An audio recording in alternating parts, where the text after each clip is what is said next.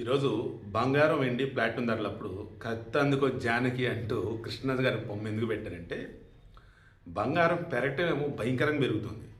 తగ్గడం మాత్రం కొంచెం కొంచెం తగ్గుతుంది. ఎంత అన్యాయం అండి. సో ఈరోజు చూడండి, జస్ట్ రూ. 220 తగ్గింది 10 గ్రాములు.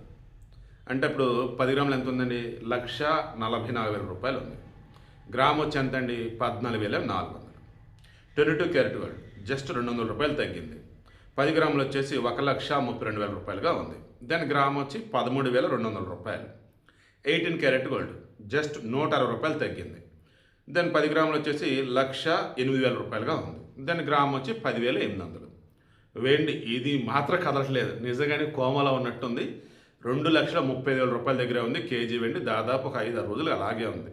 పెరగాలని కోరుకుంటున్నా, ఎందుకంటే మీలో కూడా చాలామంది వెండి కొనున్నారు కాబట్టి. ఇక ప్లాటినం ఇది వచ్చేసి రూ. 140 పడిపోయింది.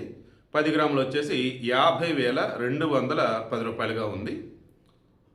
50,290 కానీ 2010 కానీ. సో 50,300 వేసుకోవచ్చు, పర్లేదు. దాని గ్రామ్ వచ్చేసి 5,030 అనుకోండి. ఇది ప్లాటినం ధర, వెండి ధర, బంగారం ధర. డబ్బు ఉంటే మాత్రం ఖచ్చితంగా బంగారం అయితే కొనుక్కోండి. రాను రోజుల్లో ఖచ్చితంగా పెరిగిద్దని అంటున్నారు. మేబీ ఈ 2020లో కొంచెం అటు ఇటుగా ఉన్నా ఖచ్చితంగా 2026లో అయితే 2 లక్షలకు వెళ్ళిద్దని నమ్మకం అయితే నాకు ఉంది. మరి ఆల్రెడీ ఆగస్టు వచ్చేసింది. సరే చూద్దాం. ఇరాను అమెరికా ఆ యుద్ధం అన్నది ఒక స్టేజ్కి వచ్చేస్తే ఎండ్ అయిందని అంటే ఓకే అనుకోవచ్చు. బట్ ట్రంప్ ఏమో ఇరానుడు అంటే డబుల్ మీనింగ్ గేమ్ ఆడుతున్నాడు అంటాడు. ఇరానుడేమో మేమెందుకు తగ్గుతారని నీ ముందని చెప్పేసి వాళ్ళు అంటారు. వాళ్ళది ఒక స్టెబిలిటీ ఉంటే తప్ప బంగారం ధర, వెండి ధర నార్మల్గా ఉండే ఛాన్స్ అయితే లేదు. నార్మల్ ఇస్ నథింగ్ బట్ పెరగటమా తగ్గటమా ఏంటన్నాడు. ఇలా ఊగిసలాట్లయితే మాత్రం ఆ యుద్ధాల వల్లే.